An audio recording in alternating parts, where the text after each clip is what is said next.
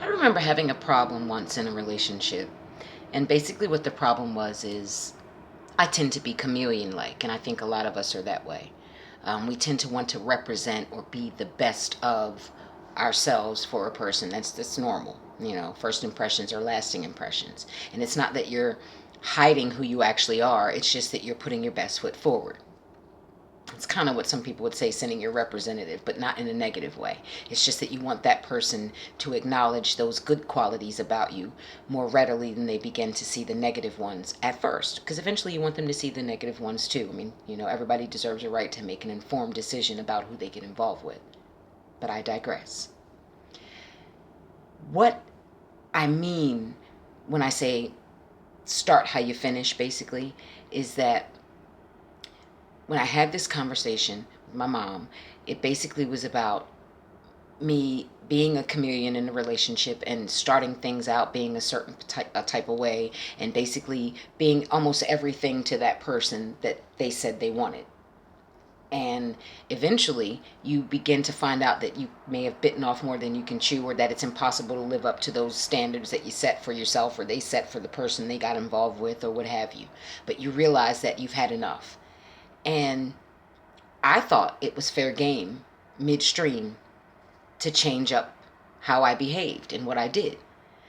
Give you an example. If I was a person who likes, to give cards or, acknowledgments of, affection and things like that, and I did that from the very beginning, now that's something I like to do. It's not necessarily something that the person appreciates or wants or even asks for or any of those things, just something I like to do.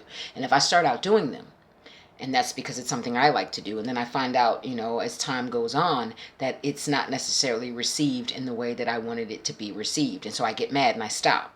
And then I'm allowed to stop. You're allowed to do that. You can stop and change. Anytime in a relationship that the gears shift, you owe it to that person you're involved with to have a conversation, whether they want to hear it or not, whether you want to have it or not. But some things are, just necessary evils in the course of a relationship. But when I say stop, I mean just, to penalize that person. I'm not doing this anymore. I'm not going to do that because this is ridiculous. They don't appreciate it. They didn't see it a certain way.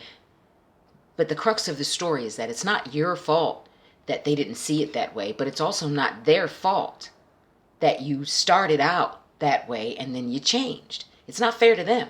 Because when you get someone used to a certain way of, being, and that could work on your end too. Maybe there's certain things that you like a certain way and that person has been doing. And maybe, for all intents and purposes, they're a little irritated with having to do these things or accommodate those things about you as well.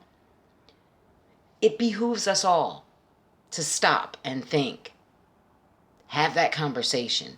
Don't just change up the game midstream because it's not fair to you, it's not fair to them. And you always want to start how you finish, or at the very least, make an attempt to do so.